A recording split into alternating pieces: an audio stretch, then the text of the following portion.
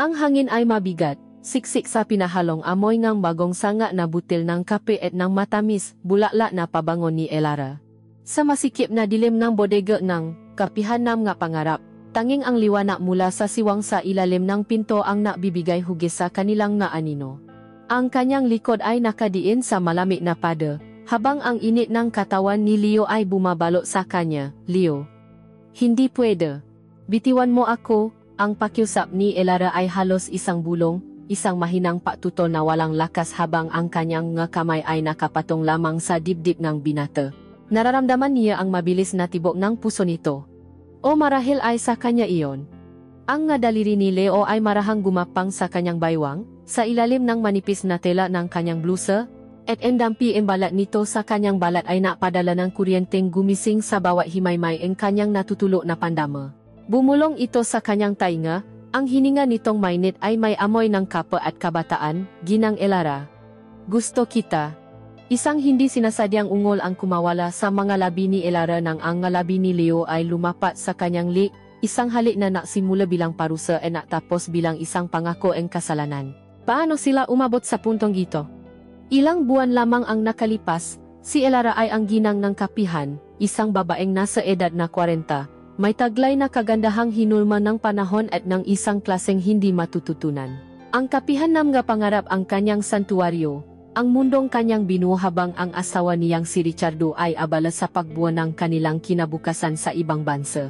Ang kanyang buhay ay isang paulit-ulit na ritual ng pagbubukas ng pinto, pagbati sa masuki, at pagtatapos ng araw sa katahimikan, na binabasa lamang ng mailing video call na puno nga kwentong hindi na nila parehong maintindihan. Hanggang sa isang maulan na hapon, pumasok si Leo. 25 taong gulang, may ngiting kayang mapaliwanag ng pinakamadilim na sulok ng kapihan, at may mga matang naniningning sa alap ng pangarap. Naghahanap siya ang trabaho. Ngunit ang ipinakita niya sa panayam ay hindi lamang kakayahan, kundi isang paibig sa siningang patimpla ng kapa, isang bagay na matagal nang nawala kay Elara. Tinanggap niya ito.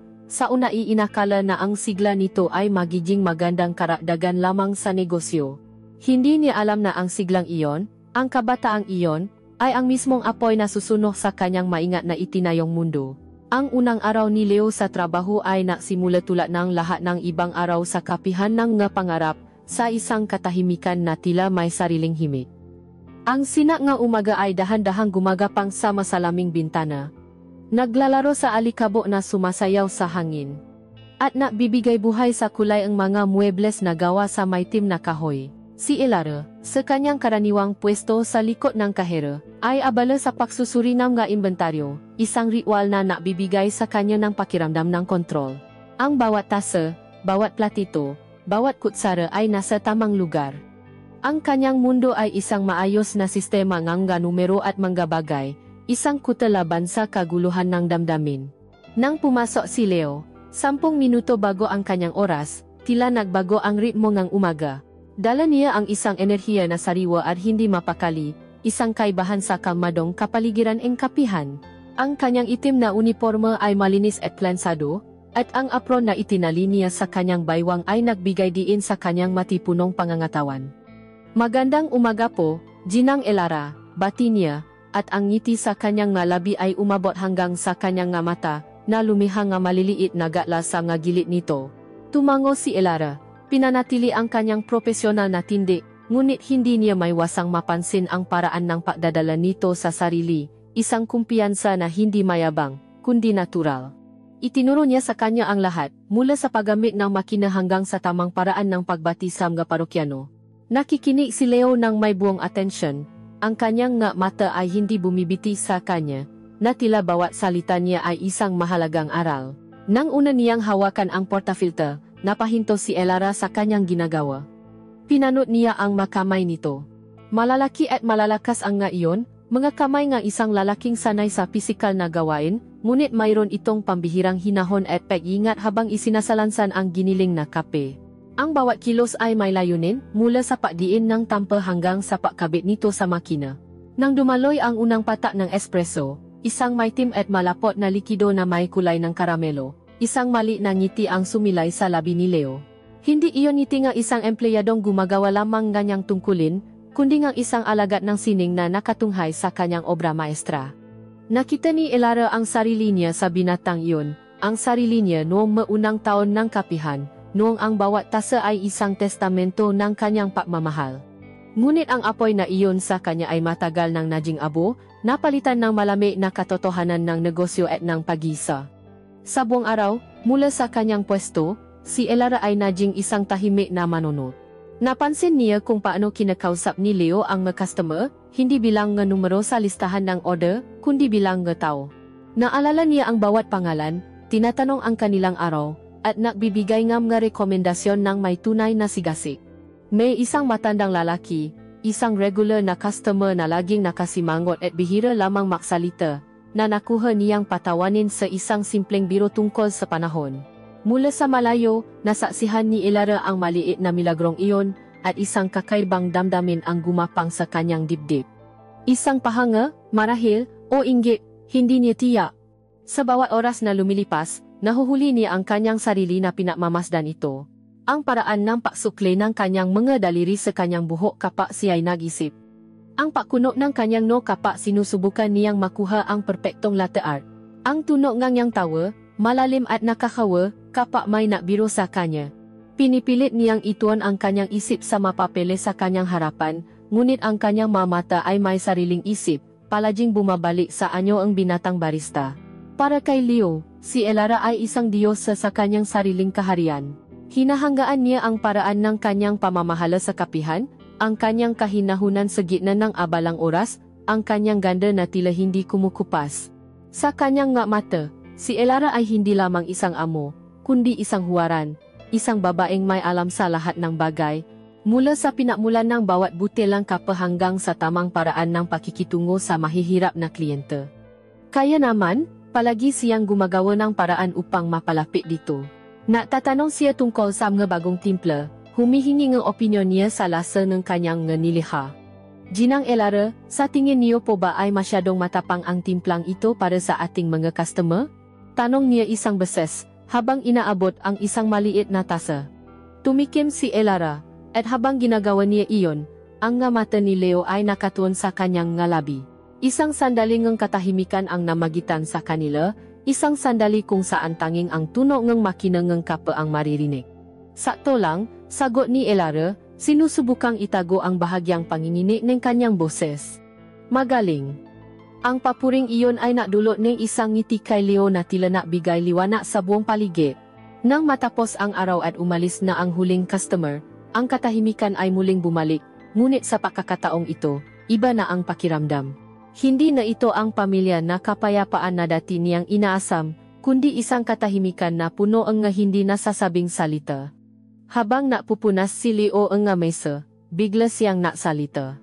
Kayo po, Ginang Elara, hindi po ba kayo napapagod? Ang tanong ay simple, ngunit tumagos ito sa pada na itinayo ni Elara sa paligid ng kanyang sarili. Walang sinuman ang naktanong sa kanya niyan.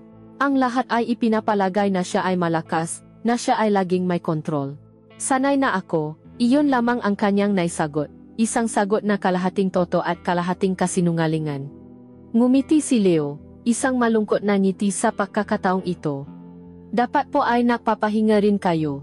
Pagkatapos niyang mapaalam at lumabas ng pinto, naiwan si Elara na nakatayo sa gitna ng kanyang kapihan. Ang amoy ng pabango ni Leo ay tila naiwan sa hangin, humahalo sa amoy ng kape, tumingin siya sa paligid. Ang lahat ay nasa tamang lugar, tulad ng dati. Ngunit alam niya, sa kaibuturan ng kanyang puso, na may isang bagay na nakbago. Ang pagdating ng binatang iyon ay, hindi lamang pagdating ng isang bagong empleyado. Ito ay ang pagdating ng isang paalala ng buhay na kanyang kinalimutan, ng pagnanasang matagal na niyang ibinaon. At sa unang pagkakataon sa loob ng maraming taon, naramdaman ni Elara ang takot, isang takot na kasabay ng isang hindi may paliwanag na pananabik. Ang kanilang pagtatakbo ay hindi isang aksidente, ito ay isang tadhana.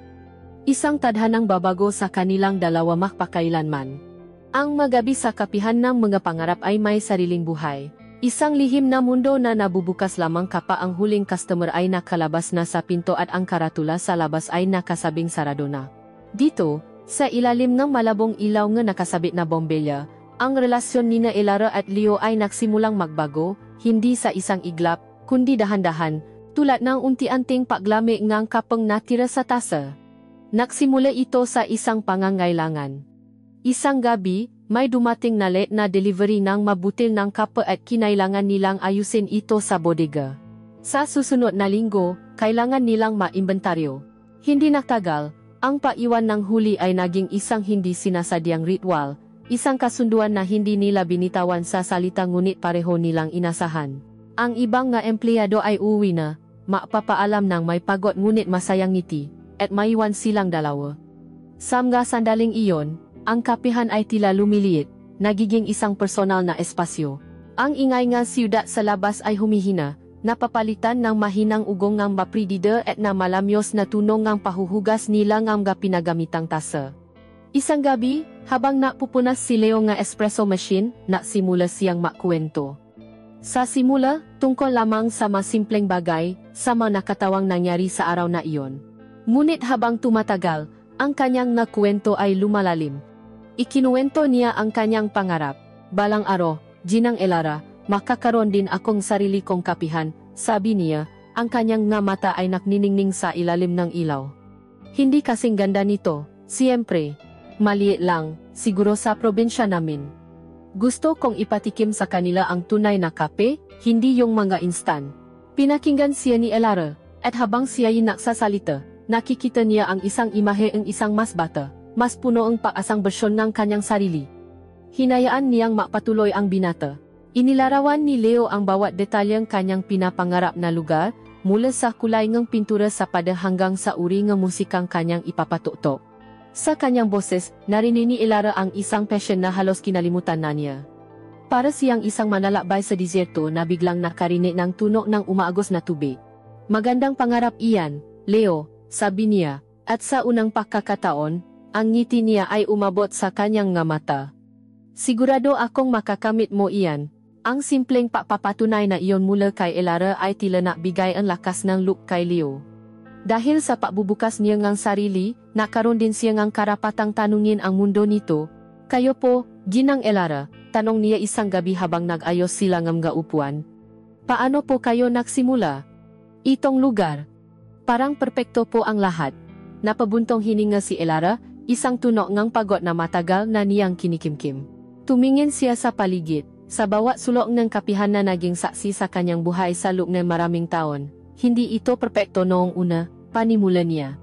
Saksi ang napada na ito sa maraming luha at pagod.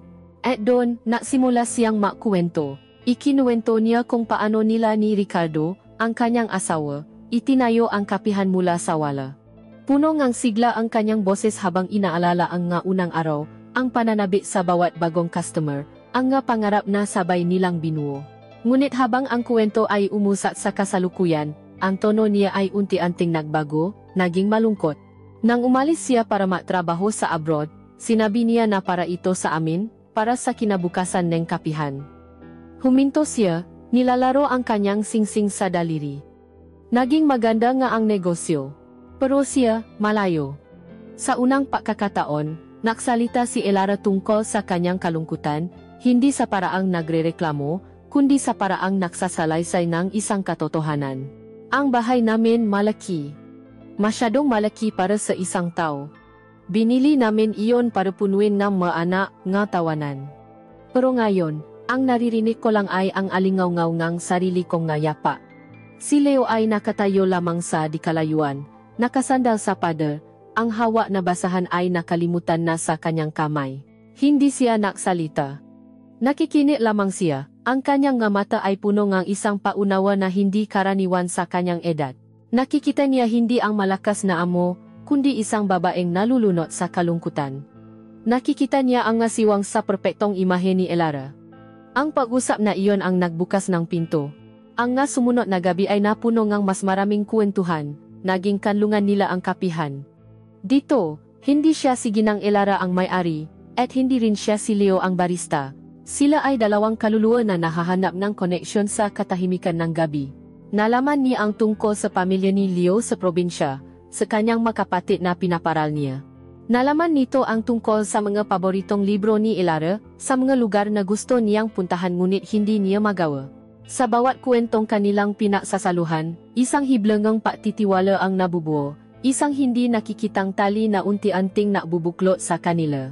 Ang profesional na distansya ay unti-unting natutunaw, napapalitan ng isang pagpapalagayang loop na pareho nilang kinatatakutan at inaasam.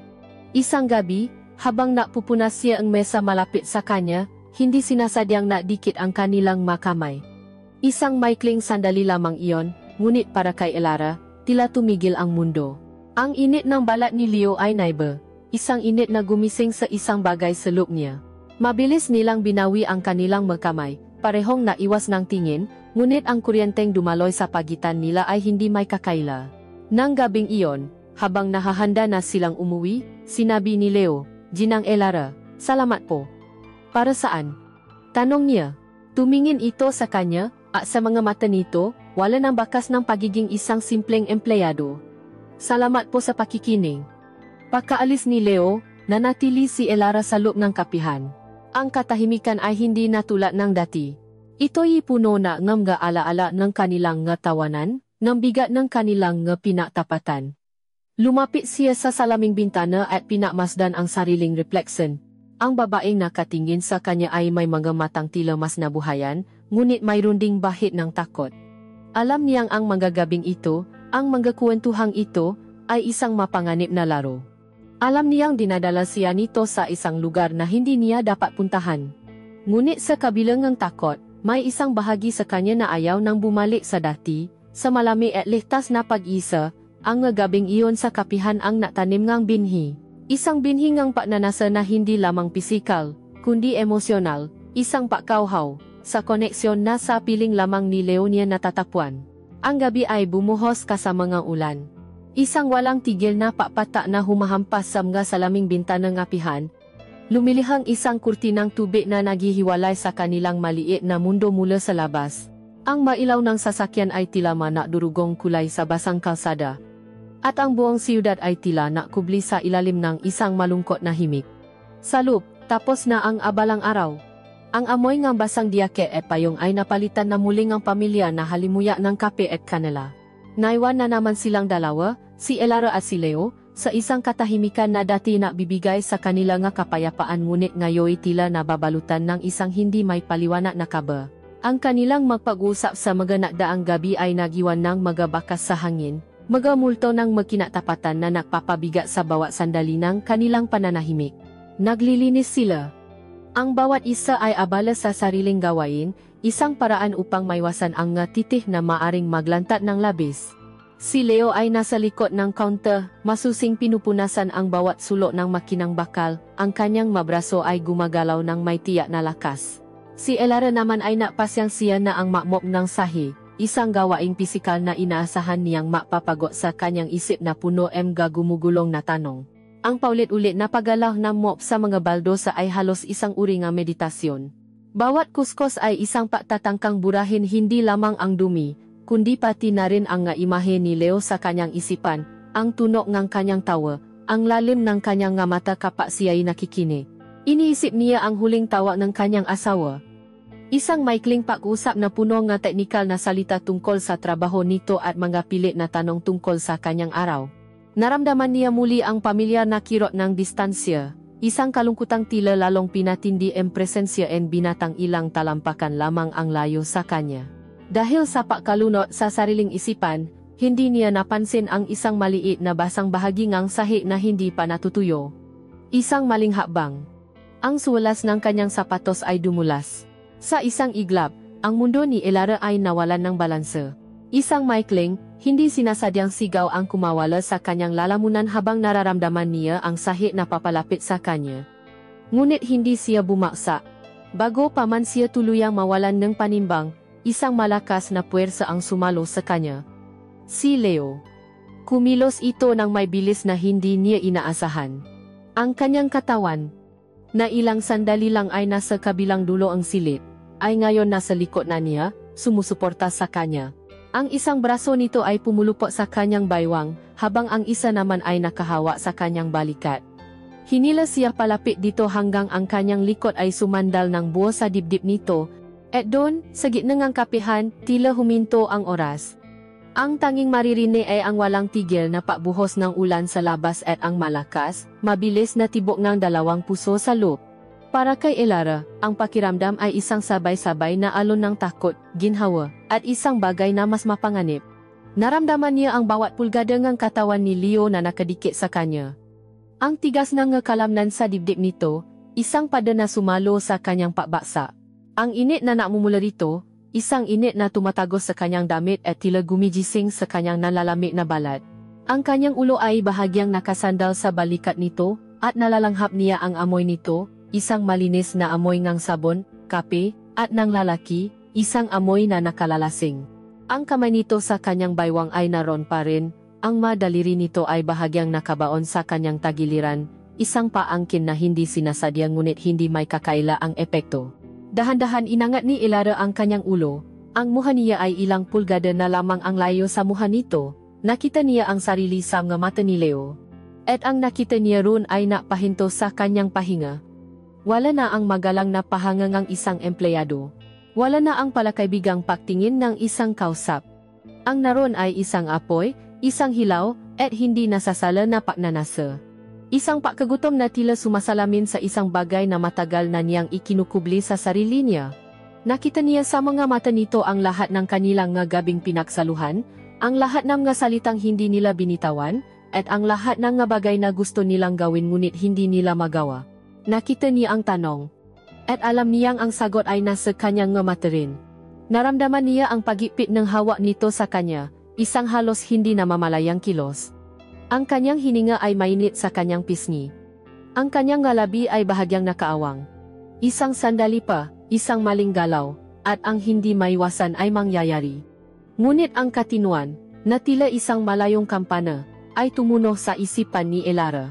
Ang singsing sa kanyang daliri ay biglang naramdaman niyang mabigat at malamig. Siya ang amo. Siya ang asawa. Siya ang babaeng may edad na. Siya ang dapat pumigil dito. Sa lahat ng kanyang lakas, itinulak niya ang sarili palayo, hindi sa paraang marahas, kundi sa paraang nagsusumamo. Salamat, Leo, ang masalita ay nanginginig, halos hindi marinig sa lakas ng ulan. Binitawan siya ni Leo, ngunit ang mata nito ay hindi bumibiti sa kanya. Ang kanyang mga kamay ay bumaksa sa kanyang tagiliran. Ngunit nararamdaman pa rin ni Elara ang multo nga dampi nito sa kanyang balat. Ang distansya sa pagitan nila ay bumalik, ngunit ang hangin ay siksik sa kuryenteng kanilang pinakawalan. Ang katahimikan na sumunod ay mas mabigat kaysa sa anumang sigawan. Bumalik sila sa kani-kanilang gawain, ngunit ang kanilang makilos ay naging alanganin at puno ng kamalayan sa isa-isa. Hindi na sila natinginan. Ang paglilinis ay natapos sa loob ng ilang minuto. Ang kanilang pagpapaalam ay isang formal at mabilis na maingat ka, malayo sa kanilang karaniwang magaan na biruan. Pagkaalis ni Leo, naiwan si Elara na nakatayo sa gitna ng sahig, nangingini. Dinala niya ang kanyang kamay sa kanyang baywang, sa lugar kung saan nakapulupot ang braso ng binata. Nararamdaman pa rin niya ang init. Tumingin siya sa bintana, sa kanyang refleksyon na malabo dahil sa mga patak ng ulan. Ang babaeng nakatingin sa kanya ay may manggamatang ng lalaki sa takot at pananabik. Ang gabing iyon, walang kuwentuhang nangyari. Walang nga pinatapatan. Ngunit mas marami silang nalaman tungkol sa isa-isang sandaling iyon ng pagkakadikit kaysa sa lahat ng kanilang mga pausap. Ang pagdulas na iyon ay hindi isang aksidente. Ito ay isang pagtulak mula sa tadhana.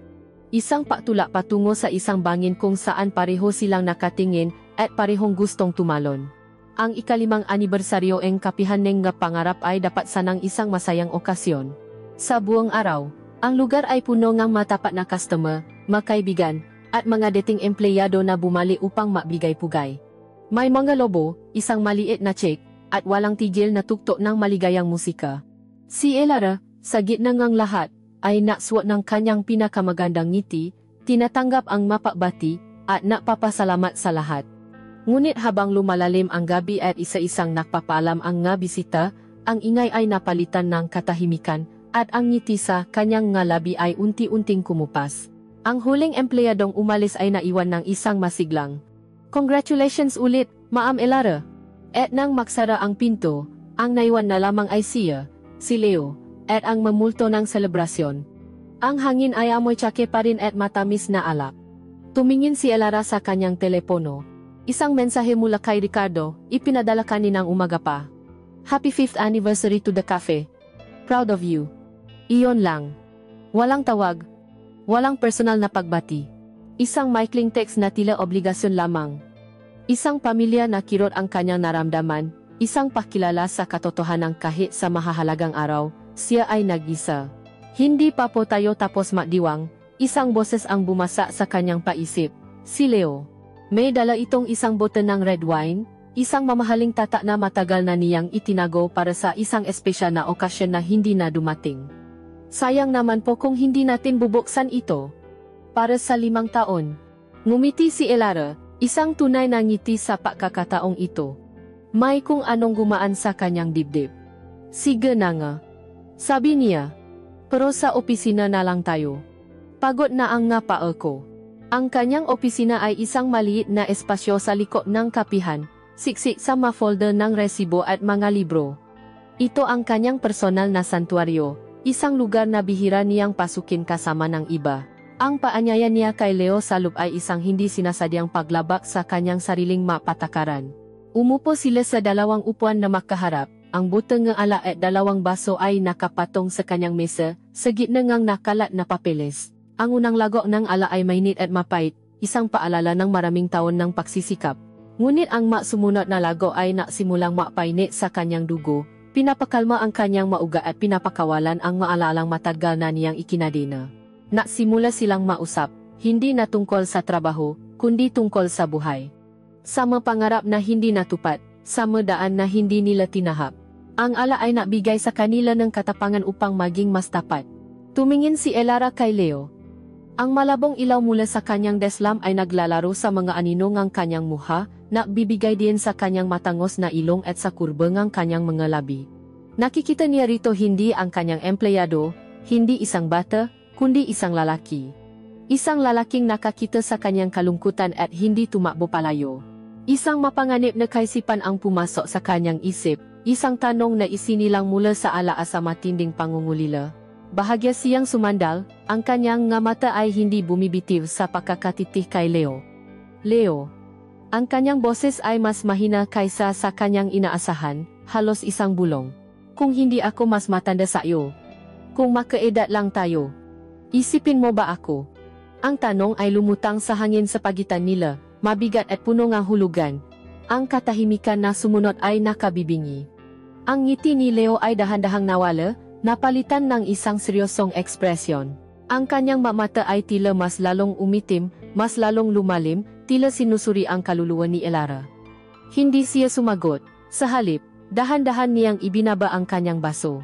Tumayo siya at sa dalawang hakbang, nasa harapan na niya ito. Lumuhod siya sa harap ni Elara upang mapantay ang kanilang mamuha. Ang kanyang kamay ay marahang dumapo sa makabilang pisngi nito, ang kanyang hinlalaki ay malambot na humahaplos sa kanyang balat. Edad lang iyon, Elara, bulong niya, at ang pagtawa niya sa kanyang pangalan, nang walang ginang, ay napadala ng kuryente sa buong katawan ni Elara. At pagkatapos, hinalikan siya nito. Ang unang damping ng kanyang ngalabi ay malambot at naalangan, isang tanong. Ang lasa nito ay ala at isang matapang na katapatan. Hindi tumugon si Elara sa simula, ang kanyang isip ay sumisigang ang hindi, ngunit ang kanyang katawan, na matagal ng uhaw sa isang dampi, ay may sariling kalooban. Isang maliit na ungol ang kumawala sa kanyang lalamunan, at ang kanyang kamay ay umakyat upang humawa sa braso ni Leo. Iyon ang senyales na hinihintay nito. Ang hali ay biglang nakbago, naging mas malalim, mas mapilit. Ang kanyang dila ay humingi ng pahintulot at ibinigay niya ito ng walang pag-alinlangan. Ito ay isang halik ng maraming buwan ng mapinigilang titi, ng nga hindi sinasadyang pagdadayti, ng nga gabing puno ng nga ipinababawal na pausap. Ito ay isang paksuko, nang magiwalay ang kanilang nga labi, pareho silang humihingal. Nakasandal ang kanilang ngano sa isa't isa. Napakaganda mo, bulong ni Leo, ang kanyang mga mata ay nakapikit na tila ninanamnam ang sandali. Mali ito, Leo. Ang nga salita ay lumabas sa bibig ni Elara, Isang huling, mahinang patatangka ng kanyang konsensa na mabuhay. Ngunit kahit siya ay hindi naniniwala sa sariling nga salita.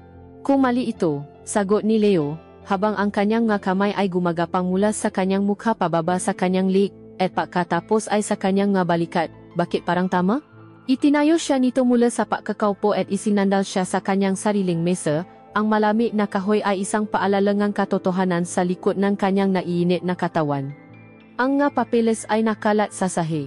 Ang kanyang makamay ay nagsimulang maglakbay. Ang isang kamay ni Leo ay nanatili sa kanyang baywang, hinihila siya palapit, habang ang isa naman ay dahan-dahang inaalis ang mabutones ang kanyang blusang seda. 1, 2, 3. Sa bawat butones na natatanggal, isang bahagi ng kanyang pagtatanggol ang bumibigay. Ang kanyang pahinga ay bumibilis. At nang tuluyan nang bumukas ang kanyang blusa, lumantad ang kanyang itim na lasenabra. Huminto si Leo, ang kanyang nga mata ay puno ng pahanga. Marahan niyang hinaplos ang tela, ang kanyang nga daliri ay nanginginig habang sinusundan ang disenyo ng puntas sa ibabaw ng kanyang dibdib. Isang panginginig ang gumapang sa buong katawan ni Elara. Ito ay isang uri ng atensyon na matagal na niyang hindi naramdaman, isang paksamba sa kanyang pakababay. Elara. Ang pagtawa niya sa kanyang pangalan ay puno ng pagnanasa. Itinapon niya ang kanyang ulo sa likod, isinuko ang kanyang lig sa mahalik nito. Ang kanyang makamay ay hindi na pumipigil, sa halip ay isinukbit niya ito sa halik ni Leo, hinahata ito palapit, hinihiling ang higit pa. Ang nga salitang mali ito ay naging abo sa kanyang lalamunan, sinuno nga apoy na sinindihan ng binata. Sa maliit na opisinang iyon, sa gitna ng nga testamento ng kanyang buhay at trabaho, tuluyan niyang isinuko ang sarili sa isang pagkakamaling matagal na niyang hinihintay. Ang umaga pagkatapos ang gabing iyon ay dumating ng may kakaibang bigat. Gumising si Elara sa kanyang sariling kama, sa kanyang malaki at tahimik na bahay, ngunit ang pakiramdam niya ay nasa ibang mundo siya. Ang nga alaala nakda ang gabi ay bumabalik sa kanya sa pira-pirasong imahe, malinaw at nakakikilabot. Ang lasa ng alak sa kanyang labi, ang bigat ng katawan ni Leo sa ibabaw niya, ang init ng balat nito sa kanyang nga daliri. Ang tunang ng sarili niyang nga ungol na umalingaw-ngaw sa maliit na opisina. Isang alon ng hiya at pagsisisi ang bumalot sa kanya, isang malamig na agos na nakpatindi sa kanyang nga balahibo. Bumangon siya, at habang nakatayo sa harap ngang salamin, tila ibang tao ang kanyang nakikita. Isang babaeng may magamatang may bagong kislap, ngunit mayroon ding anino ngang kasalanan. Paano niya haharapin si Leo? Paano sila babalik sa dati, sa pagiging amo at empleyado, pagkatapos ng gabing iyon kung saan lahat ng hangganan ay kanilang sinuwi? Ang papunta sa kapihan ay tila isang paglalakbay patungo sa bitayan. Bawat hakbang ay mabigat. Pakiramdam niya ay nakasulat sa kanyang ang kanyang pagkakasala, na malalaman ng lahat ng makakasalubong niya ang maruming lihim na kanyang itinatago. Pagbukas niya ng pinto ang kapihan, nandun na ito. Si Leo. Abala sa paayos ngam ngatasa sa likod ng counter. Nang matama ang kanilang mga mata, tila huminto ang paikot ng mundo. Ang hangin sa pagitan nila ay siksik sa mga salitang hindi nila masabi. Isang sandali nga alanganin na katahimikan ang namayani. Nakita ni Elara ang bahagyang panlalaki ng mamata ni Leo, isang pakilala sa kung ano ang nangyari. Nakita niya ang isang tanong, marahil ay takot. Ngumiti siya ng bahagya, isang pilit at nanginginig na ngiti, at tumango. Isang maliit na kilos, ngunit iyon na ang naging kasunduan nila. Isang tahimik na paamin na may nangyari, at isang pangako na mananatili itong lihim. Ang nga unang araw ay isang masalimot na sayaw. Sinusubukan nilang kumilos na parang walang nakbago. Pinag-usapan nila ang nga order, ang inventaryo, ang nga problema sa plumbing. Ngunit ang lahat ay isang pagpapanggap. Ang dating magaan na samahan nila ay napalitan ng isang matinding kamalayan sa presensya ngang isa-isa. Bawat pagdadaitingang kanilang mga kamay habang nag-abutan ng sukli ay nakpapadala ng kuryente. Bawat pagtatama ng kanilang mga mata sa gitna ng abalang kapihan ay isang lihim na pag-usap.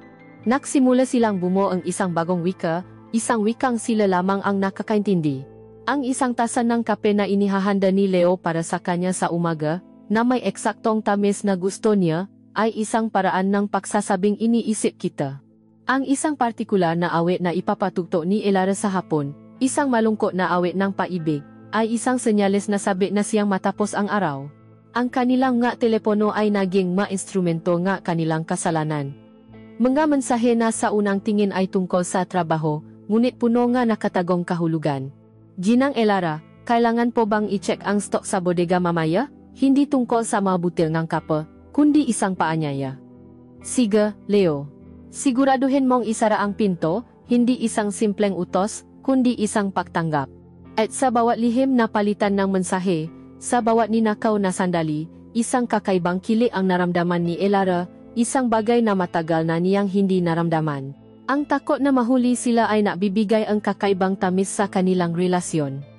Ang panganib ay isang pampalasa na napapasarap sa bawat halik, sa bawat yakap. Sa gitna ng isang abalang tanghalian, habang siya ay abala sa kahera at si Leo naman ay sa pagtimpla ng kape, matatama ang kanilang mga mata. Bibigyan siya nitong isang mabagal, lihim na ngiti, isang ngiting nangangako ang bagay na gagawin nila mamaya, at mararamdaman ni Elara ang pag-init ng kanyang pisngi. Kailangan niyang lumingon sa iba, kailangan niyang mapanggap na abala, ngunit ang kanyang puso ay kumakarera sa kanyang dibdib. Naramdaman niyang buhay siya. Ang bawat araw ay hindi na isang paulit-ulit na ritual ng kalungkutan, kundi isang entablado para sa kanilang ipinagbabawal na pag-ibig. Nagsimula siyang mag-ayos ng sarili. Pinipili niya ang kanyang nga damit, nagsusuot ng pabango, nilalagyan ng bahagyang kulay ang kanyang ngalabi. Hindi para sa kanyang customer, hindi para sa kanyang asawa na nasa kabilang panig ng mundo, kundi para kay Leo. Para sa mga mata nito na tumitingin sa kanya na tila siya ang pinakamagandang babae sa mundo. Ang bodega, na dati isang lugar lamang ng mga nakatambak na sako at kahon, ay naging kanilang paraiso. Sa likod ng nakasaradong pinto, sa ilalim ng isang bumbilyang walang takip, dito sila nagiging malaya. Dito, tinatanggal nila ang kanilang mga maskara. Hindi na siya ang kagalang-galang na Ginang Elara, at hindi na rin ito ang masunuring barista. Sila ay isang lalaki at isang babae lamang na nilalamon ng pagnanasa. Ang kanilang mga pagtatakbo ay laging mabilis, puno ng paingat at pananabi. Mga halik na nakmamadali sa gitna ng amoy ng kape. Mga haplos sa ilalim ng damit habang nakikinis sa mga yapa sa labas. Ang magaspang na tela ng gasako ng kape sa kanyang likod, ang alikabo sa hangin, ang kadiliman, lahat ng iyon ay nagiging bahagi ng kanilang mundo. Isang gabi, matapos umalis ang lahat, sinundan niya ito sa bodega. Hindi na nila kailangan nga salita. Sa sandaling maksara ang pinto, ang katahimikan ay napuno ng tunog ng kanilang nga pahinga. Itinulak siya nito ng marahan sa pader, at ang kanyang nga kamay ay agad na naglakbay sa ilalim ng kanyang palda. Ang kanyang nga halik ay mapusok, isang paangkin, at isinuko ni Elara ang sarili. Isinuko niya ang kanyang paalinlangan, ang kanyang konsensya, ang kanyang takot. Sa mga sandaling iyon, sa bisik ni Leo, walang Ricardo, walang kasal, walang bukas. Ang mayroon lamang ay ang ngayon, ang tamis ang kasalanan na dumadaloy sa kanilang magaugat, isang lason na pareho nilang gustong inumin ng paulit-ulit.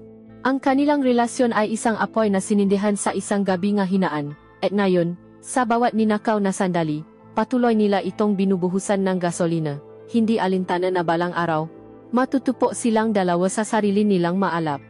Ngunit sa ngayon, ang init ay masarap. Ang liwanag ay nakabubulak, at para kay Elara, ang pakiramdam na buhay ay sapat na upang ipapalit ang lahat. Ang tawa ay dumating bandang ikasiyam ng gabi. Si Elara ay kasalukuyang nakaupo sa kanyang malawak na sala, hawa ang isang tasa ng lumalamig ng tsaa, pinakmamasdan ang sariling refleksyon sa itim na screen ng telebisyon. Ang bahay ay abot langit ang katahimikan, isang katahimikan na tila sumisigaw sa kanyang paisa. Nang tumuno ang telepono at makita niya ang pangalan ni Ricardo. Isang maliit na paasa ang sumibo sa kanyang dibdib, isang mangmang na bulaklak na tumutubo sa disyerto ng kanyang buhay. Mahal, sabi ni Ricardo mula sa kabilang linya, ang kanyang boses ay bahagyang nag-aalangan. May problema sa proyekto dito, kailangan kong mag-extend in isang buwan pa, isang buwan. Ang nga salita ay parang mga bato na ibinatsa sa isang tahimik na lawa, lumilihang ang alon na sumira sa kanyang inaasahang kapayapaan. Pinilit ni Elara na panatilihing kalmado ang kanyang boses. Ganun ba? Sige, okay lang. Mag-ingat ka diyan. Bawi ako sa'yo, pangako. Sabi nito. Ang pamilya na pangakong sanay na siyang marinig at hindi na paniwalaan. Pagkatapos ng tawag, ibinaban niya ang telepono sa mesa. Hindi siya umiyak. Ang kanyang mga mata ay tuyo. Ang naramdaman niya ay hindi simpleng pagkadismaya, kundi isang malamig na galit na gumapang mula sa kanyang tiyan pataas sa kanyang lalamunan. Tumingin siya sa paligid. Sa mga mamahaling muebles, sa mga litratong nakakwadro kung saan sila'y nakangiti, sa malawak na espasyo na dapat sana'y pugat ng isang pamilya, ang lahat ng ito ay isang kasinungalingan. Isa siyang bilanggo sa isang ginintuang hawla. At sa sandaling iyon, ang kanyang kalungkutan ay naanyo ngang isang mabangis na pagnanasa. Isang paghihimasi. Kung hindi may bibigay sa kanya ng kanyang asawa ang init na kanyang hinahanap, hahanapin niya ito sa iba. May isang pangalan lamang sa kanyang isipan, isang pangalan na napapatibok ngang kanyang puso sa paraang matagal na niyang kinalimutan. Kinuha niya ang kanyang telepono, ang kanyang nga daliri ay nangingini habang hinahanap ang numero ni Leo. Sa isang iglap ng paalinlangan, muntik na siyang mabago ngang isip. Ngunit ang imahe ang malamig na kama na naghihintay sa kanya sa itaas ay nagbigay sa kanya ang huling tulak. Tinawagan niya ito. Leo. Sabi niya nang sagutin nito ang tawag. Ang kanyang boses ay mababa at halos paus. Pwede ka bang pumunta dito? Ngayon na. Walang pag-alinlangan sa kabilang linya. Isang mabilis na paghinga. At pagkatapos ay isang tiyak na sago, papunta na ako. Habang naghihintay, isang kakaibang enerhiya ang bumalot kay Elara. Hindi na siya ang malungkot na asawa. Siya ay naging isang babaeng may layunin. Umakyat siya sa kanyang silit tulugan, ang silit na datiye pinagahatian nila ni Ricardo, at ngayon ay magiging entablado ng kanyang pagtataksil. Naligo siya, hinayaang ang mainit na tubig ay hugasan ang kanyang nga pag-alinlangan. Pagkatapos, binuksan niya ang kanyang aparador. Sa pinakalikot, sa isang kahon na bihira niyang buksan, kinuha niya ang isang set ng lingerie na hindi pa niya naisusuot, kulay pula. Gawa sa pinonglas na halos wala nang itinatago. Isinuot niya ito. Sa harap ng salamin, nakita niya ang isang babaeng hindi na niya halos kilala, isang babaeng mapangahas at mapanganib. Isang manipis na roba lamang nagawa sa sutla ang kanyang ipinatong dito. Ang tunog ng doorbell ay parang isang putok ng baril sa katahimikan. Bumaba siya, ang bawat hakbang ay may bigat at pananabik. Pagbukas niyang pinto, naroon si Leo. Nakatayo, bahagyang basa ang buhok dahil sa hamog ngang gabi. Ang kanyang nga mata ay nagtatanong ngunit puno ngang pagnanasa, walang salitang namutawi sa kanilang nga bibig. Sa sandaling makapasok si Leo at may sara ang pinto, ang mundo sa labas ay naglaho. Hinila siya ni Elara palapit sa pamamagitan ng kwelyo ng kanyang damit at siniil siya ng isang halik. Hindi ito ang naalangang halik sa opisina. Ito ay isang paangkin. Isang pagsalakay. Ang kanilang mga bibig ay naglaban, isang desperadong sayaw ang mga dila at mga labi.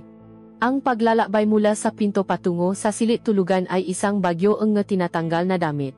Ang kanyang jacket, ang kanyang t-shirt, ang roba ni Elara na dumulas sa sahig na parang isang ahas. Nang makarating sila sa silit, sa ilalim ng malambot na ilaw ng lampara, nakita ni Leo si Elara sa kanyang kasutang pula. Huminto ito, isang mabilis na pahinga ang kumawala sa kanya. Ang kanyang nga mata ay sinamba ang bawat pulgada ng kanyang katawan. Ang kanyang dibdib na bilugan at puno, na halos sumabok mula sa manipis na tela ang lasa. Ang kanyang makitit na baywang na nakbibigay hugis sa kanyang pagkababay. Ang perpektong kurba ng kanyang balakang at mga hita na tila inukit ng isang artista. Elara. Ang pangalan niya ay isang dasal sa mga labi nito. Itinulak siya nito ng marahan sa malambot na kama. Ang kanilang mga katawan ay nahanap ng isa-isa na tila 2 taong nalulunod na nahahanap ng hangin. Wala ng paalinlangan, wala ng hiya. Ito ay isang purong, hayagang pagnanasa. Ang kanyang nga kamay ay sinuri ang bawat bahagi nito na parabang ito ang unang pagkakataon, habang ang nga kamay ni Elara ay naglakbay sa matitigas na kalamnan ng kanyang likod at mga braso. Ang nga tunog ng kanilang paibigan ay umalingaw-ngaw sa malawak na silid. Ang kaluskos ng mamahaling kumot, ang mga basa na ungol, ang nabulong na puno ng pagnanasa, Leo. Mas malakas. Ang pakiusap ni Elara ay hindi isang hiling, kundi isang utos. Isang utos na burahin ang lahat ng sakit, lahat ng kalungkutan, sa pamamagitan ng matinding kaligayahan. Isinupsop ni Leo ang kanyang mukha sa liig nito, Ang kanyang ngalabi ay naiwan ng naapoy nam nga halik, Elara. Akin ka lang. Bulong niya ng may baksi, isang paangkin hindi lamang sa kanyang katawan, kundi sa kanyang kaluluwa. Gusto niyang burahin ang alaala ng asawa nito sa mismong kamar kung saan sila dapat makasama. Sa sandaling iyon, si Elara ay kanya lamang. Ang kanilang pagsasama ay umabot sa isang tugato na marahas at matamis, isang pagsabo na napayani hindi lamang sa kama, kundi sa mga pundasyon ng kanilang mabuhay. Pagkatapos, ang tanging naiwan ay ang katahimikan at ang tunok ng kanilang pahinga. Nakahiga sila sa gitna ng nagulong nga kumot, ang pawis ay nagpapakintap sa kanilang balat. Nakatingin si Elara sa kisame, isang butil ng luha ang tumakas mula sa gilid ng kanyang mata. Hindi luha ang pagsisisi, kundi luha ang isang matinding emosyon na hindi niya mapangalanan. Niyakap siya ni Leo mula sa likod. Ang kanyang katawan ay isang solidong presensya, isang init na toto at naroron. Sa gabing iyon, sa kamang kanyang kasal, natagpuan ni Elara ang alay na kanyang hinahanap sa mabisik ng kanyang kasalanan. Ang matamis na lason ng kanilang gabi sa mansyon ay dahan-dahang kumalat sa maugat ng masumunod na araw. Ang dating kilit na dulot ng kanilang malihim na pagtatakpo ay napalitan ng isang patuloy na nerbiyos. Para kay Elara, ang bawat papasok sa kapihan ay isang paharap sa salamin ng kanyang kasalanan. Kapag tinitingnan niya si Leo, hindi na lamang ang binatang nakpaalap muli sa kanyang damdamin ang kanyang nakikita, kundi ang buhay na ebidensya ang kanyang pinakamalaking pagtataksil, isang pagkakamaling ginawa niya sa mismong tahanan at kamar na dapat sana'y sagrado. Ang kanilang maninakaw na sandali ay nagpatuloy, ngunit mayroon ng lamat ang salamangka. Ang bodega, na dati ay kanilang paraiso, ay naging isang lugar na puno ang panganib. Ang bawat hali ay may kasamang pagmamadali, ang bawat yakap ay may kaakibat na paingat, na tila anumang oras ay may maaring bumukas ng pinto at mahuli sila sa akto. At isang hapon, ang kanilang kinatatakutan ay halos makatoto. Sa isang tahimik na oras kung kailan kakaunti ang mga customer, hinila siya ni Leo sa bodega, isang desperadong pangangailangan sa koneksyon. Habang ang kanilang malabi ay makadikit at ang kamay ni Leo ay nasa ilalim ng kanyang blusa, narinig nila ang nayapa na papalapit. Pagkatapos, ang papihit ng seradura, nanigas sila. Ang kanilang mga katawan, na ilang sandali lang ay naalap sa pagnanasa, ay biglang nanlamig. Hawak nila ang kanilang nga hininga, ang kanilang nga mata ay nanalaki sa takot. Isang boses mula sa labas ang tumawag, si Anna, ang isa pa nilang empleyada. Ma'am Elara, nakalok po ata ang bodega, kukuha lang po sana ako ng stok ng gatas. Ang boses ni Anna ay malapit na malapit, sa kabilang pa ni lamang ng manipis na pinto. Naramdaman ni Elara ang pagbilis ng tibok ng kanyang puso na tila babasa sa kanyang dibdib. Sa isang iglap, nakita niya ang lahat ng maaring mangyari. Ang pagbubukas ng pinto, ang pagkabigla sa mukha ni Anna, ang kahihiyan, ang pagguho ng kanyang mundo. Pinilit niyang magsalita, pinipilit na gawing normal ang kanyang boses na nangingini. Ah, sandali lang, Anna. May inaayos lang ako sa loob, medyo magulo. Sige po, ma'am. Hintayin ko na lang po. Nahintay sila sa loob ng madilim na bodega, hindi gumagalaw, hanggang sa marinig nila ang mayapa ni Anna na papalayo. Dahan-dahan silang nahiwalay, ang apoy sa pagitan nila ay biglang namatay, napalitan ng malamig na takot. Nagmamadali nilang inayos ang kanilang mga sarili, ang kanilang mga kamay ay nanginginig. Nang lumabas si Elara makalipas ang ilang minuto, hindi niya magawang tignan si Leo sa mata. Ang kanilang santuaryo ay nabahiran na.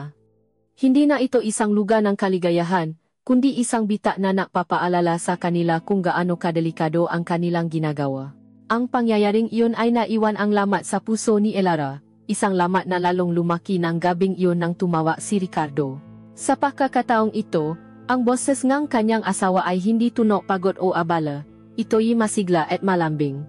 Ikinuwento nito ang tungkol sa isang matagumpay na presentasyon, sa papuri na natanggap nito mula sa kanyang mabos, at pagkatapos, sinabi nito ang masalitang tila mapunyal na tumusok sa puso ni Elara, "Namiss kita, mahal. Sobra. Iniisip ko nga kanina, pag-uwi ko, gusto kong dalhin ka sa Batangas, doon sa paborito nating resort. Tayong dalawa lang." Ang bawat salita nga kabaitan, bawat pangako ngak mamahal, ay isang sampal sa kanyang mukha. Kailangan niyang mapanggap, tumawa, at sabihing, "Oo naman, mahal, hihintayin kita." Ngunit sa loob-loob niya, siya ay durok. Pagkababangang telepono, humarap siya sa salamin. Ang babaeng nakatingin sa kanya ay isang impostor, isang sinungaling. Ang pagtataksil niya ay hindi na lamang isang pisikal na gawain, ito ay isang kanser na kumakalat sa bawat aspeto ng kanyang buhay. At nang maisip niya si Leo, ang dating kilik ay napalitan ng isang nakasusuklam na pakiramdam. Ang agwat ng kanilang edad, na dati isang nakakakilik na bawal, ay ngayon tila isang kasuklam-suklam na katotohanan. Pakiramdam niya ay isa siyang mandaragit na ginagamit ang kabataan at pagangaan isang binata para punan ang kanyang sariling kahungkagan. Dahil sa takot at pagsisisi, nagsimula siyang lumayo. Sa kapihan, naging istrikto at formal muli ang kanyang pakikitungo kay Leo. Wala nang ngangiting may lihim na kahulugan. Wala nang ngapakdaday itingang kamay. Ang ngagabingang kuwentuhan ay biglang natapos. Palagi na siyang may dahilan upang umuwi ng maaga. Ang kanyang masagot sa mga text ni Leo ay naging maikli at laging tungkol sa trabaho. Sinusubukan niyang ibalik ang mapade na kanilang giniba, umasang kung gagawin niya iyon, mabubura niya ang kanilang kasalanan. Ngunit hindi naintindihan ni Leo ang biglaang pagbabago. Para sa kanya, ang gabi sa bahay ni Elara ay isang pagpapatunay ng lalim ng kanilang relasyon. Inakala niyang sila ay umuusad, hindi umaatras. Ang kanyang pahanga ay unti-unting nabahiran ng pagkalito, at pagkatapos, ng selos, nagsimula siyang maging mapakmatyag. Ang kanyang titi ay hindi na malambing, kundi mapanuri. Sinusubukan niyang kausapin si Elara ng masinsinan, ngunit palagi itong umiwas. Isang gabi, habang nahahanda na si Elara na umuwi, hinarang siya ni Leo malapit sa pinto. Ang kapihan ay tahimik na, sila na lamang ang naroon. May problema ba, Elara? Tanong niya. Ang paggamit sa kanyang unang pangalan ay hindi na malambing, kundi mapanuri. Pagod lang ako, Leo. Maraming iniisip, sagot ni Elara, hindi tumitingin sa kanyang mata. Pagod o iniwasan mo ako? Giit nito, ang kanyang boses ay may bahid ng sakit at galit. Ano ang nagbago? Pagkatapos nangyari sa inyo, bigla kang nanlamig. Ginamit mo lang ba ako? Huwag kang maksalitang ganyan, mahinang sabi ni Elara. Ang kanyang puso ay kumikirot para sa sakit na idinudulot niya sa binata. Hinawakan ni Leo ang kanyang braso. Ang hawa ay hindi marahas, ngunit mayroon itong bigat ng desperasyon. Dahil hindi ito laro para sa akin, Elara. Mahalaga ka sa akin. Hinila ni Elara ang kanyang braso palayo, at sa wakas ay tumingin siya sa mata nito. Ang nakita niya ron ay isang bagyo na maemosyon na siya mismo ang lumiha. Kailangan ko nang umuwi, sabi niya. At mabilis na tumalikot, hindi na naghihintay ng sagot. Habang naglalakad siya palayo, naramdaman niya ang mata ni Leo na nakatitik sa kanyang likuran, isang titik na ng usik.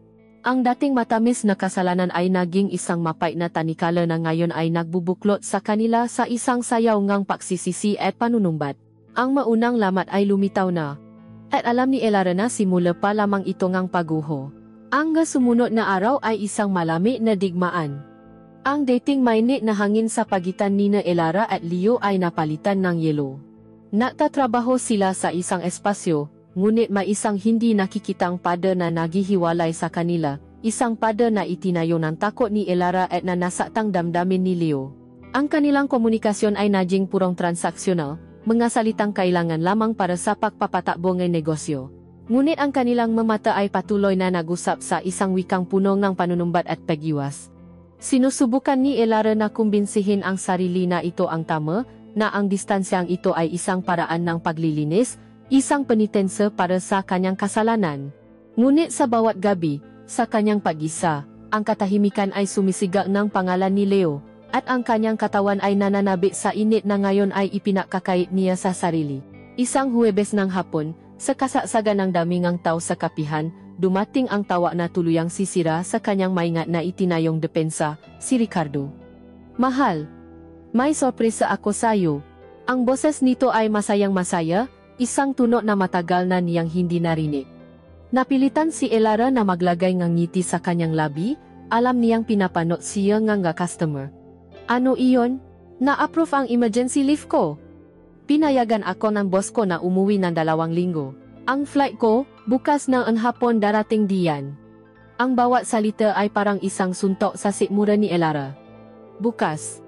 Hindi sa susunod na buwan. Hindi sa susunod na linggo. Bukas. Ang mundo ay tila umikot. Ang ingay ngang kapihan. Ang tunog ngang gumigiling na kape.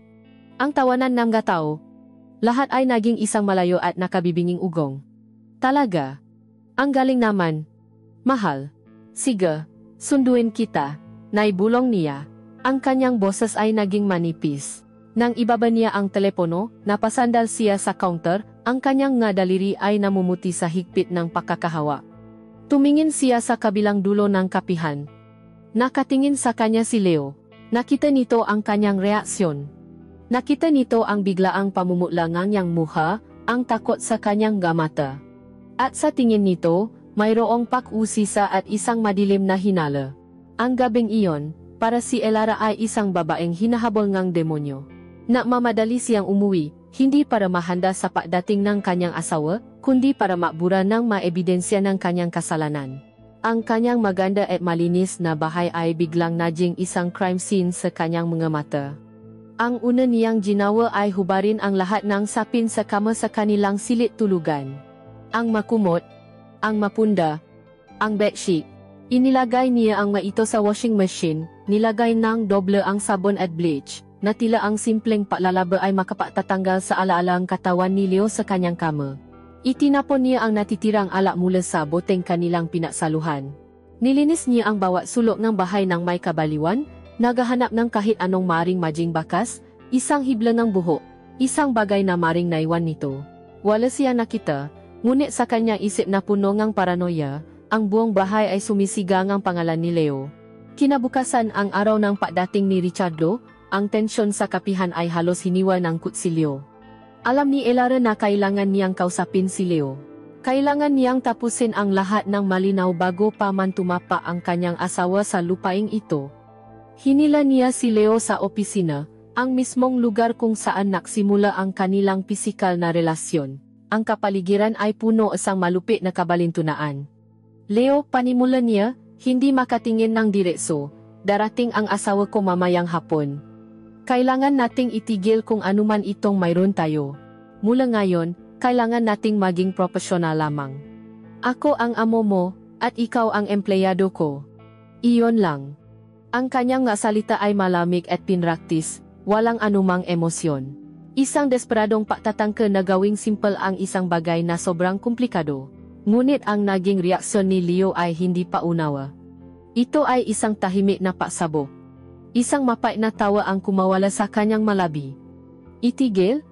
Ganon lang ba kadali para sa iyo, Elara? Pagkatapos na lahat. Pagkatapos mong papasukin ako sa bahay mo, sa kama mo, ngayon na darating na siya, itatapon mo na lang ako na parang basura. Hindi ganon, Leo. Anong hindi? Ito mismo ang nangyayari. Ginamit mo ako, Elara. Ginamit mo ako para punan ang kalungkutan mo habang wala siya. At ngayon napabalik na ang hari, kailangan nang itago ang laruan. Ang bawat salita niya ay isang sampal, ang sakit sa kanyang mata ay napalitan ng galit. Ang dating humahanga at malambing na binata ay naglaho, at ang kaharap niya ngayon ay isang lalaking nasaktan ng malalim, isang lalaking hindi niya nakilala. At sa unang pagkakataon, nakaramdam si Elara ng tunay na takot kay Leo. Paano kung ayoko? Bulong nito. Ang kanyang boses ay mababa at mapanganib. Paano kung sabihin kong ayokong maging empleyado mo lang? Paano kung gusto kong malaman ng asawa mo na habang wala siya, may ibang lalaking gumagawa sa trabaho niya? Ang banta ay hindi na nakatago. Ito ay malinaw na parang kristal. Ang kapangyarihan sa kanilang relasyon ay biglang nagbago. Hindi na siya ang amo na may kontrol. Siya na ngayon ang bihag, at si Leo ang may hawak ng susi sa kanyang selda. Leo, pakiusap. Ang kanyang boses ay basak, puno ang pagsusumamo. Huwag mong gawin ito sa akin. Sa atin. Walang atin. Elara, sagot nito, ang kanyang mukha ay isang maskara ng kapaitan. Ikaw ang sumira nun. Lumabas ito ang opisina at ibinaksa ang pinto. Naiwan si Elara sa loob, nanginginig, hindi sa pagnanasa, kundi sa purong takot. Ang oras ay lumipas na parang isang panaginip. Kailangan na niyang umalis upang sunduin si Ricardo sa airport. Habang naglalakad siya palabas ng kapihan, nakita niya si Leo sa likod ng counter. Nagtatrabaho ito, Ngunit ang kanyang nga kilos ay marahas at punong galit. Tama ang kanilang nga mata. Ang dating pagmamahal na nakikita niya ron ay napalitan ng isang malamig na pangako ng pahihiganti. Habang nakmamaneho siya papuntang airport, ang kanyang isip ay isang magulong bagyo. Ang kanyang dalawang mundo, ang kanyang dalawang buhay, ay nakatakdang mabanggaan. At siya, si Elara, ay nasa gitna, naghihintay sa hindi maiwasang pagsabog. Ang takot niya ay hindi na lamang sa posibilidad na malaman ni Ricardo ang katotohanan. Ang mas malaki niyang takot na yon ay kung ano ang kayang gawin ng isang lalaking nasaktan, isang lalaking minsan niyang minahal at nayon ay kanyang sinira. Ang pagdating ni Ricardo ay nakdala ang isang peking normalidad sa kapihan.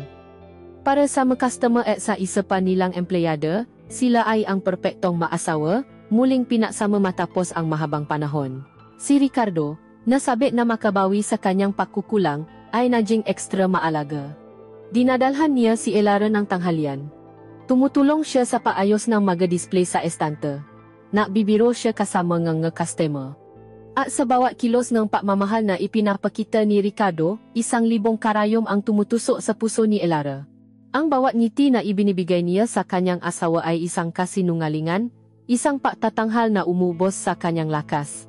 Sa kabilang dako ng counter, si Leo ay isang tahimik na bulkan na nababadiang sumabog, pinapano niya ang lahat. Ang paraan ng pahawa ni Ricardo sa baywang ni Elara. Ang paraan ng pagtawa ni Elara sa mabiro ng kanyang asawa. Ang bawat sandali ng kanilang kaswal na paglalambingan ay isang lason na dahan-dahang pumapatay sa kanya. Ang kapihan, na dati kanilang naging kanlungan, ay ngayon isang silit ng torture.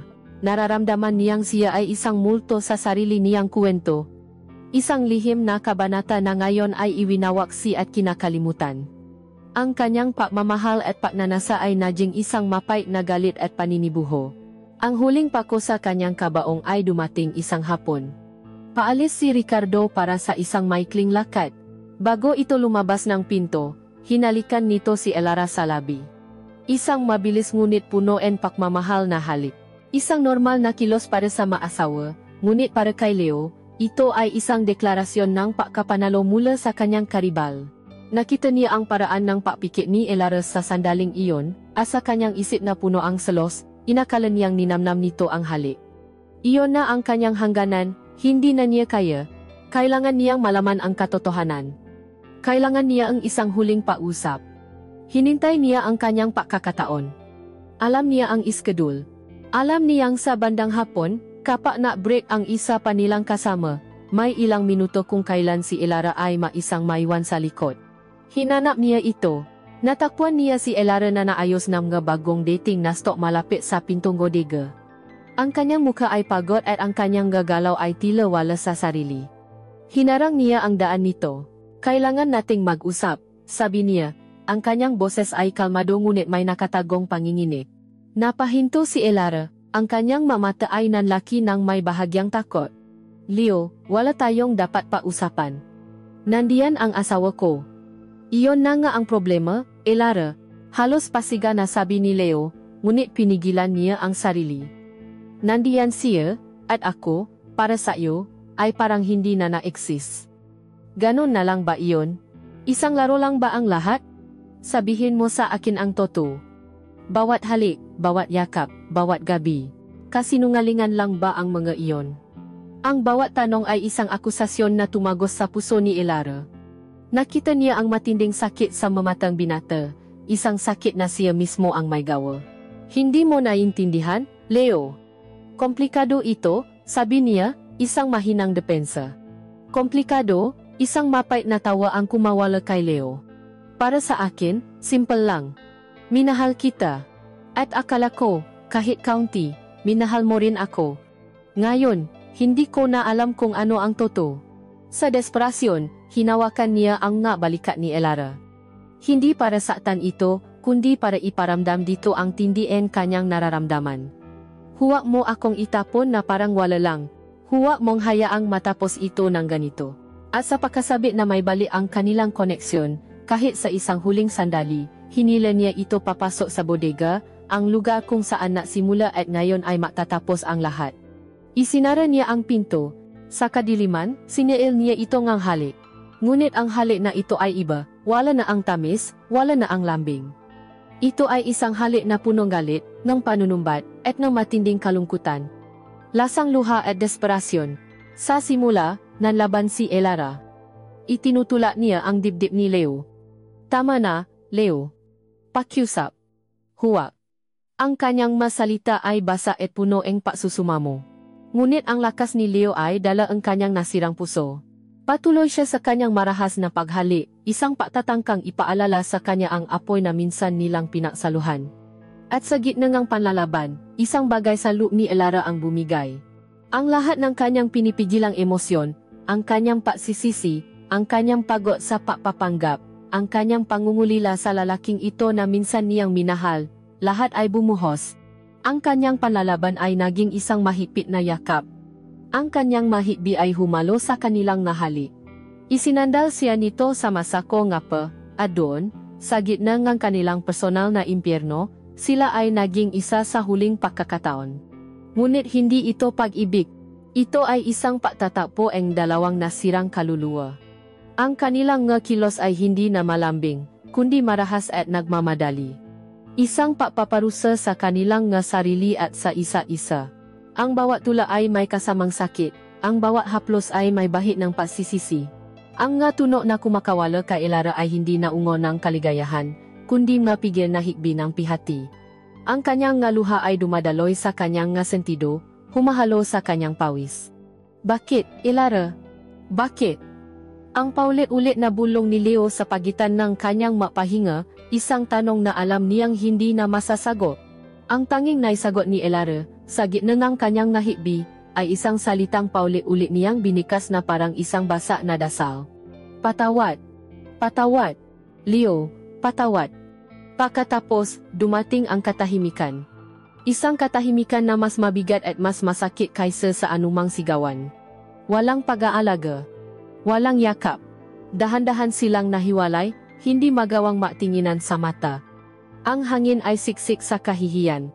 Ang dating salamangka ay naging isang bangungot. Naunang tumayo si Leo. Inayos niya ang kanyang sarili, ang kanyang mukha ay blanko, walang anumang emosyon, hindi siya lumingon. Binuksan niya ang pintong bodega at lumabas, isinara ito ng may isang huling, mahinang kalabo. Naiwan si Elara sa sahi, nakasandal sa mga sako nga pananaging saksi sa simula at katapusan ng kanilang kwento. Niyakap niya ang kanyang matuhot, at sa wakas, ang pigil na iya ay naging isang malakas na hagulgol. Ang kanilang relasyon ay hindi natapos sa isang simpleng paghihiwalay. Ito ay namatay sa isang marahas at malungkot na paraan, at sa gabing iyon, sa sahig ng madilim na bodega, alam ni Elara na isang bahagi ng kanyang kaluluwa ang namatay kasama nito. Ang katahimikan na sumuno sa marahas na pagtatapos sa bodega ay mas mabigat kaysa sa anumang sigawan. Ito ay isang katahimikan na puno nga basa na piraso ng kanilang nakaraan, isang katahimikan na humihiwa sa bawat pahinga. Kinabukasan, ang kapihan ng nga pangarap ay naging isang purgatoryo. Nagtatrabaho sina Elara at Leo sa isang espasyo, ngunit sila ay mamulto sa paningin ng isa-isa. Ang kanilang makilos ay mekanikal, ang kanilang mamata ay laging nakaiwas. Ang dating kuryente na dumadaloy sa pagitan nila ay napalitan ng isang malamig na kawalan. Si Elara ay isang naglalakad na manika. Ginagampanan niya ang papel ng isang mabuting asawa sa harap ni Ricardo, ng isang mahusay na amo sa harap ng kanyang empleyado. Nguminggiti siya. Tumatawa, nagutos, ngunit sa loob, siya ay guwang. Ang kanyang kaluluwa ay pagod na pagod. Ang presensya ni Ricardo, na dapat sanay isang kaginhawaan, ay naging isang patuloy na paalala ng kanyang kabiguan. Ang bawat pagmamahal na ipinapakita ng kanyang asawa ay isang dagdag na latay sa kanyang liko na puno na ang kasalanan. Para kay Leo, ang bawat araw ay isang walang katapusang parusa. Napipilitan siyang maging saksi sa buhay na ninakaw mula sa kanya. Kailangan niyang ngitian ang lalaking humahawa sa kamayng babaeng minamahal niya. Kailangan niyang pakinggan ang kanilang mga plano para sa hinaharap, mga planong kailanman ay hindi siya magiging bahagi. Isang umaga, pumasok si Ricardo na may dalang isang maliit na buke ng mga bulaklak para kay Elara. Para sa pinakamagandang may-ari ng kapihan sa buong mundo, sabi nito, kasabay ng isang halik sa pisngi. Ang lahat ng customer ay napangiti. Si Anna, ang isa pa nilang kasama, ay kinilit. Ngunit si Leo, na nakatayo sa likod na espresso machine, ay naramdaman na tila sinaksak siya ng paulit-ulit. Tumingin siya kay Elara, naghahanap ng kahit anong senyales, isang kislap sa kanyang mata na magsasabing nasasaktan din siya, na mayroon pa ring natitira sa kung anuman ang mayroon sila. Ngunit ang nakita lamang niya ay ang mukha ng isang estranghero, isang babaeng perpektong ginagampanan ang kanyang papel, isang ngiti na hindi na umabot sa kanyang nga mata. Sa sandaling iyon, naintindihan ni Leo. Tapos na. Ang kanilang huling desperadong pagtatakbo sa bodega ay hindi isang paraan upang buhayin muli ang kanilang relasyon. Ito ay ang huling, marahas na papatay dito. Walang nang paasa. Wala nang dapat ipaglaban. Ang pananatili niya ron ay isang mabagal at masakit na paraan ng pagpapakamatay. Gumawa siya ng desisyon. Hindi dahil sa galit, kundi dahil sa isang malalim at nakapanghihinang pagod. Hinintay niya ang pahupangang nga tao. Pagkatapos, sa isang tahimik na sandali, habang si Elara ay nag-iisa sa counter at si Ricardo ay abala sa pakikipag-usap sa isang kaibigan sa isang mesa, kumilos si Leo. Dahan-dahan niyang tinanggal ang kanyang itim na apron, ang uniformeng naging saksi sa kanilang pag-ibig at pagguho. Maingat niya itong tinupi at ipinatong sa ibabaw ng counter. Isang simbolikong pagsuko, naglakad siya palapit kay Elara. Ang bawat hakbang ay mabigat. Napansin ni Elara ang kanyang paglapit, at ang kanyang mukha ay bahagyang natigilan. Ang kanyang mata ay nagtatanong. Huminto si Leo sa harap niya.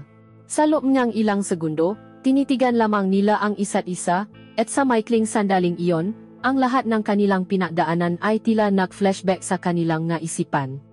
Ang unang pakikita, ang nga gabing kwentuhan, ang aksidenteng pagdadaiti, ang nga ninakaw na halik, ang apoy, ang sakit. Leo.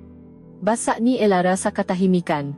Magre-resign na po ako, Ma'am Elara. Ang kanyang boses ay kalmado, walang emosyon, na tila hinugot na ang lahat ng laman nito. Ang paggamit niya ng Ma'am Elara ay isang formalidad na mas masakit pa kaysa sa anumang mura. Ito ay ang tuluyang pagbabalik sa simula, ang pagtatayo muling ang pada na minsan nilang giniba. Si Elara ay natigilan. Ang kanyang ngalabi ay bahagyang nakaawang. Isang daang bagay ang gusto niyang sabihin, ngunit walang lumabas.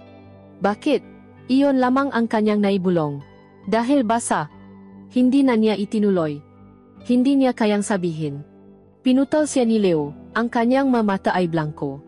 Pagod na po ako. Kailangan ko na pong makpahinga. Ang salitang pagod ay sumakla sa lahat. Pagod na siyang umasa. Pagod na siyang masaktan. Pagod na siyang mapanggap. Naglabas siya ng isang puting sobremula sa kanyang bulsa at dahan-dahan itong inilapak sa counter, sa tabi ng tinupi niyang apron. Ito na ang kanyang formal na pamamaalam. Hindi na siya naghintay ng sagot. Hindi na niya kailangan. Tumalikot siya at nagsimulang maglakad patungo sa pinto. Bawat hakbang palayo kay Elara ay isang hakbang palayo sa pinakamalaki niyang kaligayahan at sa pinakamatindi niyang kabiguan. Pinanot siya ni Elara. Ang kanyang buong katawan ay gustong sumigaw, huwag kang umalis. Pakiusap, manatili ka. Ngunit ang kanyang nga pa ay tila nakabaon sa sahig, at ang kanyang dila ay parang naputol. Ang kanyang katawan ay nakakadena sa buhay na kanyang pinili, sa asawang nakaupo sa di kalayuan, walang kamalay-malay. Binuksan ni Leo ang pinto. Ang tunog na maliit na kampanilya sa itaas nito, na dati isang masayang anunsyo ng pagdating, ay ngayon isang malungkot na paalam. Lumabas siya sa maliwanag na sikat ng araw at hindi na lumingon pa. Nawala na siya. Nilapitan siya ni Ricardo, na napansin ang tensyon sa hangin. Okay ka lang, mahal, anong nangyari doon kay Leo? Nilinggon ni Elara ang kanyang asawa, at sa huling pagkakataon, nagsinungaling siya. Isang ngiti ang kanyang isinukli, isang ngiting basak at walang buhay. Wala, mahal, na-resign na siya. Siguro, napagod na lang talaga. Tumayo si Elara sa gitna ng kanyang kapihan, ang lugar na binuo niya mula sa kanyang nga pangarap. Nasa tabi niya ang kanyang asawa, ang katuparan ng kanyang nga formal na pangako. Ngunit sa kanyang puso, nararamdaman niya ang isang guwang na kailanman ay hindi na mapupunan. Ligtas na ang kanyang lihim. Ngunit ang kapalit nito ay ang kanyang kaluluwa. Ang pagguho ay kumpleto na, hindi sa isang malakas na pagsabo, kundi sa isang tahimik, na kabibinging pagkawala. Lumipas ang 6 na buwan. Si Richardo ay muling umalis patungo sa ibang bansa, dala ang mabagong pangako at mga planong muling napako. Ang malaking bahay ni Elara ay bumalik sa dati nitong katahimikan, isang katahimikan na ngayon ay may kasamang multo. Ang kapihan ng mga pangarap ay napatuloy sa kanyang pang-araw-araw na paikot. May bago ng barista, isang bata at masipa na babae na mahusay sa kanyang trabaho ngunit walang taglay na apoy sa mata. Ang lahat ay tila bumalik sa normal. Ngunit para kay Elara, ang normalidad ay isang ilusyon, isang manipis na kumot na natatakip sa isang malalim na sugat na hindi kailanman maghihilom. Ang bawat araw ay isang paglalakbay sa maguho na karaan. Ang kapihan, na dati kanyang santuaryo at simbolo ang kanyang tagumpay, ay naging isang museo ang alaala ni Leo. Ang bawat sulok ay may kwentong ibinubulong sa kanya. Ang puwesto sa likod ng counter kung saan ito laging nakangiti habang nagtitimplang ang kape. Ang maliit na opisina kung saan ang lamig ng kanyang mesa ay napapaalala sa kanya ng init ng kanilang unang pagtatakbo. At ang bodega. Ang pinto ng bodega ay palagi na niyang tinitiyak na nakakandado, hindi para sa seguridad ng magamit, kundi para ikulong ang multo sa loob. Hindi na niya kayang pumasok doon, ito ay naging isang libingan ng kanilang mga lihim. Maging ang kape, na dati ay kanyang unang paibig, ay nawalan ng lasa. Ang bawat tasa na kanyang tinitikman ay may pait, isang pait na hindi namumula sa butil, kundi sa kanyang kaluluwa. Isang hapon, habang pinakmamasdan niya ang customer, napansin niya ang isang batang makasintahan sa isang sulok. Nakahawa sila ngang kamay sa ibabah ng mesa, nabubulungan, tumatawa sa mga lihim na sila lamang ang nakakaalam.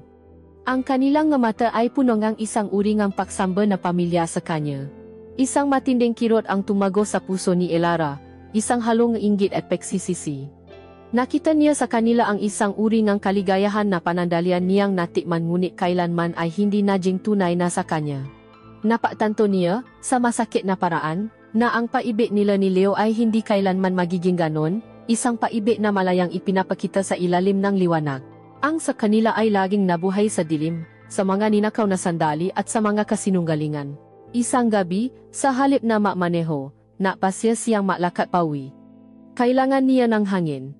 Kailangan niyang takasan ang mapade ng kapihan na tila unti-unting sumisikip sa kanya.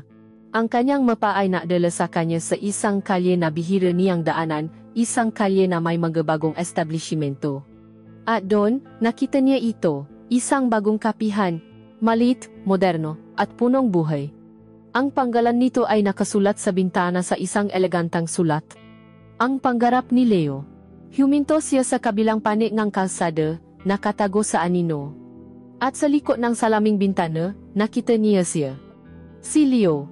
Nakatayo siya sa likod ng isang makinang kumikinang, napupunas ng tasa, gumagalaw ng may kumpiyansa ng isang taong nasa sarili niyang kaharian. Natupad na niya ang kanyang pangarap, ngunit hindi siya naisa. Sa tabi niya, may isang babae, isang dalagang kaedad niya, na may mahabang buhok at masayang ngiti. May ipinapakita si Leo sa dalaga sa kanyang telepono, at pagkatapos, sabay silang tumawa, isang tawang malinis, magaan, at puno nga, pagmamahalan. Si Leo ay mukhang masaya. Ang bigat na dating nakapasan sa kanyang balikat ay naglaho na.